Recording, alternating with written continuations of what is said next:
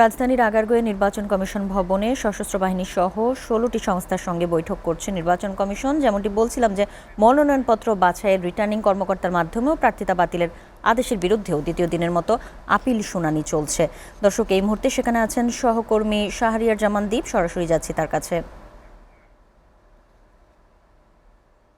দ্বীপ, দ্বিতীয় দিনের মতো আজ আপিল শুনানি চলছে, এই ব্যাপারে বিস্তারিত জানাবেন। ধন্যবাদ আপনাকে। যেই কথাটি আপনি বলছিলেন সেটি দিয়ে শুরু করতে চাই যে আপিল শুনানি এখন দুপুর 1:30টার কিছুটা বেশি সময় বাজে। এখন পর্যন্ত 35টি আপিলের শুনানি হয়েছে আজকের দিনে, এবং যে তথ্যটি আমাদের কাছে আছে এর মধ্যে 28টি মনোনয়নপত্রকে বৈধ ঘোষণা করা হয়েছে এবং 5টিকে বাতিল করা হয়েছে এবং 2টিকে পেন্ডিং রাখা হয়েছে বা স্থগিত রাখা হয়েছে। এবং আজকে এই কার্যক্রমটি বিকেল 5টা পর্যন্ত চলবে। আজকে দ্বিতীয় দিনের মতো এই কার্যক্রমটি চলছে। আমরা দেখতে পেয়েছি সকাল 10টায় প্রধান নির্বাচন কমিশনার এর উপস্থিত অন্যান্য নির্বাচন কমিশনাররা উপস্থিত আছেন এই আপিল শুনানিতে। আমি যদি একটু দেখাতে চাই, আমার পিছনে আপনারা দেখতে পাবেন যে আজকে নির্দিষ্ট যে সংখ্যাটি দিয়ে দেওয়া, অর্থাৎ আজকে 70 জনের আপিলের শুনানি হবে।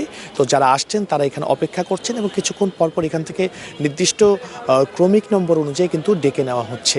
এবং এখানে যারা আপিল নিষ্পত্তি করে এসেছেন অনেকের মুখেই আমরা হাসি দেখতে পেয়েছি এবং তারা যেটি বলছেন খুব স্বল্প সময়ের মধ্যে তাদের আপিলের যে কার্যক্রমটি আছে সেই কার্যক্রমটি সম্পন্ন করা হচ্ছে, যার কারণে নির্দিষ্ট যেই সংখ্যাটি ঠিক করে দিয়েছিল নির্বাচন কমিশন এবং নির্দিষ্ট যেই সময় সেটির মধ্যেই হয়ে যাচ্ছে।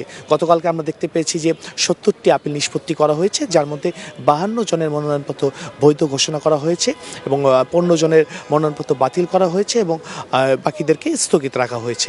তো এইভাবে কিন্তু এই কার্যক্রমটি 18 তারিখ পর্যন্ত জানুয়ারি চলবে। পরবর্তীতে মনোনয়নপত্র প্রত্যাহারের দিন নির্ধারণ করা হয়েছে, প্রতীক বরাদ্দের দিন নির্ধারণ করা হয়েছে এবং সব মিলে তারপরে প্রার্থীরা তাদের যে নির্বাচনী প্রচারণা সেই প্রচারণায় নামবেন এবং সবশেষে 12ই ফেব্রুয়ারি কিন্তু অনুষ্ঠিত হবে ত্রয়োদশ জাতীয় সংসদ নির্বাচন।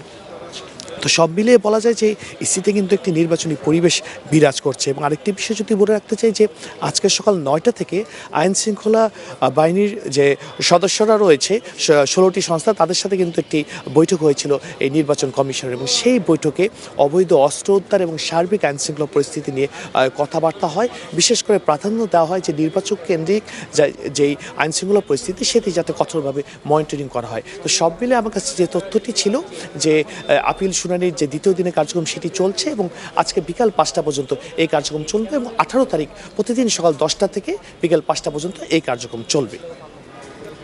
দীপ, আপনাকে ধন্যবাদ।